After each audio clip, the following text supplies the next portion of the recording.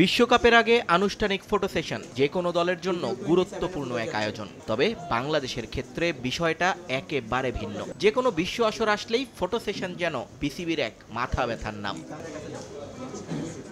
2015-তে শেষবার আনুষ্ঠানিকভাবে স্যুটটাই পরে মাঠে বসে ছবি তুলেছিল বাংলাদেশ দল। এরপর কালে কালে বেলা গেছে অনেক, কিন্তু এই ফটো সেশন নামের রীতিটাই যেন হারিয়ে গিয়েছিল ক্রিকেট কালচার থেকে। 2019-এ একবার চেষ্টা করেছিল বিসিবি, কিন্তু সাকিবের অনুপস্থিতি আর জার্সির রং বদল কাণ্ডে ভণ্ডুল হয়ে যায় সেটাও।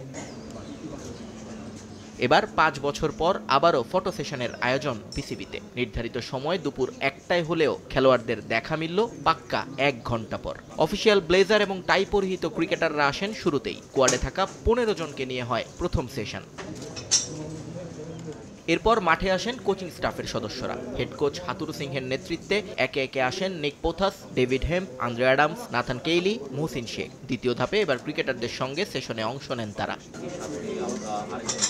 শেষ ধাপে আসেন বোর্ড কর্তারা। বড় হয় বহর। প্রেসিডেন্ট নাজমুল হাসান পাপনের সঙ্গে আসেন ক্রিকঅফ চেয়ারম্যান জালাল ইউনুস এবং প্রধান নির্বাহী নিজামুদ্দিন চৌধুরী। পরে শান্ত আর তাসকিন, ক্যাপ্টেন ভাইস ক্যাপ্টেনকে পাশে বসিয়ে ফটো সেশনে অংশ নেন বিসিবি বস।